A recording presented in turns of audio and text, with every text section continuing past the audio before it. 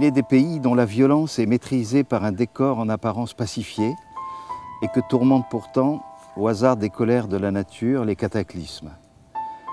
Les Landes sont de cette famille-là, qui proposent au regard du passant les harmonies de leur paysage et pour qui prendra le temps de regarder sous l'horizon les décombres de leur confrontation avec les humeurs du ciel.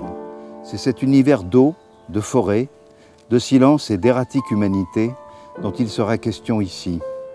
Le parti pris est celui de la quiétude, pour l'esprit comme pour les yeux, à la recherche d'une vérité, d'un équilibre que seule la vision d'un peintre, avec ses approximations infiniment poétiques, est capable de trouver.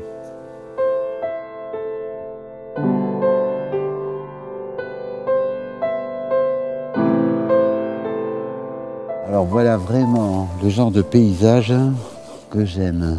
L'ambiance générale, j'aime bien l'horizontalité de l'eau. Alors ça, je suis très sensible au plan d'eau parce que ça permet d'aller loin, très loin dans le paysage. Alors étant donné que c'est sur du craft, ça me permet de garder le craft en tant que couleur elle-même et je vais en définitive mettre le craft en évidence.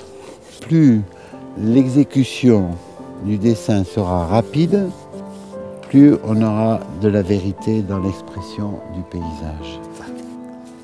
Visite à l'artiste en plein travail. Adieu Philippe. Ça va ? Ouais. Bien, ouais. Regarde un peu, Ouais. t'as vu ça ? Les Landes, c'est de l'eau et de la terre. Beaucoup de vide, ou un faux vide. Un paysage sur lequel l'œil a du mal à se fixer. Et dès qu'on avance dans cette forêt, dès qu'on avance le long de ces plans d'eau, la découverte se fait.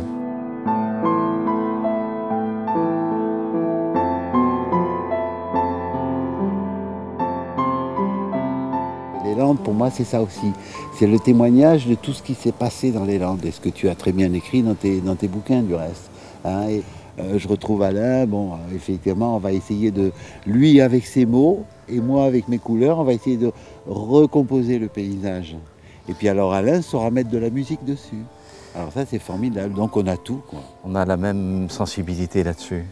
C'est-à-dire qu'on voit les gens qui étaient derrière, les fermes que l'on longe en venant par exemple dans un endroit comme celui-là, les champs plus ou moins à l'abandon. Tout ça fait qu'on est dans l'histoire ancienne, on est dans le passé. Pour moi, c'est intéressant de voir ça parce que, tu vois là, mes personnages de romans, Ouais. que ce soit les Seigneurs de la Haute-Lande par exemple, ou La Sève et la Cendre, où il y Ouais, avait beaucoup ouais. de choses qui se passaient sur des sites un peu semblables à celui-là. Donc d'un seul coup, c'est poétisé par ta peinture.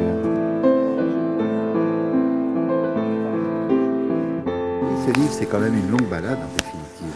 Ouais. Hein ? Et une balade de combien tu disais ? 120 km. C'est toi qui le disais. Ah non, moi je disais que le bouquin faisait 120 km d'épaisseur.